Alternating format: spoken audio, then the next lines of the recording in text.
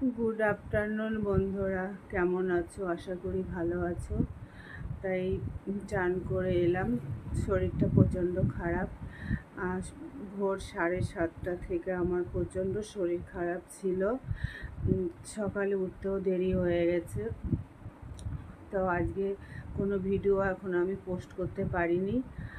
আর আজকে মনসা পুজো। বাড়ির কর্তা বলল যে ঠিক আছে, আমি যা পারছি তাই করছি। তো আমার কর্তা আজকে কি করেছে, কি রান্না করেছে তোমাদের শেয়ার করব। তা তোমরা দেখতে থাকো কি রান্না করেছে। আর সত্যি আমার শরীর প্রচণ্ড খারাপ। আমি ফোনটাও ভালো করে ধরতে পারছি না, হাতটা কাঁপছে আমার খুব। তা তোমাদের কাছে আমি শেয়ার করছি কি রান্না করেছে ও। তোমরা দেখতে থাকো, সাথে থাকো। তো বন্ধুরা দেখো, আমার বর বানিয়েছে আজকে এটা গোবিন্দভোগ চালের খিচুড়ি, না সরি, ফেনা ভাত করেছে।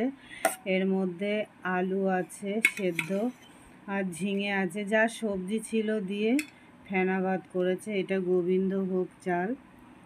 আর একটু লঙ্কা সেদ্ধ, নাকি ওটা, একটু কাঁচা লঙ্কাও সেদ্ধ দিয়ে দিয়েছে। আর বেরো না, তোমার পাতে বারো। আর এদিকে ঘি আছে। আর এটা তো আমার ইনসুলিন, সেটা আমার নিতে হয়।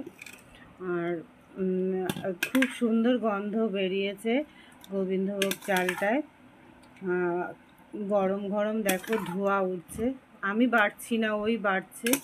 আজকে সব কিছুই ও করেছে। তবে আশা করি ভালো লাগবে খেতে। গোবিন্দভোগের ফেনা ভাত অনেক ভালো লাগে খেতে। তো তোমরা অবশ্যই কমেন্ট করে জানিও কেমন হয়েছে আমার বরের হাতের রান্না। অবশ্যই ভালো লাগবে। গন্ধটা খুব সুন্দর বেরিয়েছে। আর ওর মধ্যে ঘি নেবে। আমি ঘি খাবো না, আমি ঘি খাই না। তো আজকের দুপুরের মেনু আমাদের এইটুকুনই। তো আজকে নিরামিষে হওয়ারই কথা ছিল।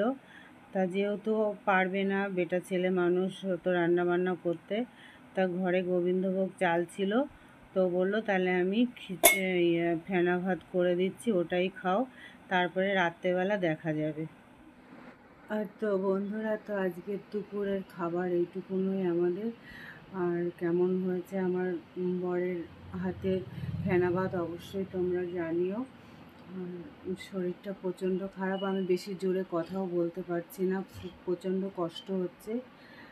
শুভ দুপুর, তোমরা ভালো থেকো। আজকে আরও মেঘলা মেঘলাও আছে, ওই জন্য ও যেটুকুনো বানিয়েছে এতেই আমি খুশি। আর খেতেও আমি পারছি না যদিও।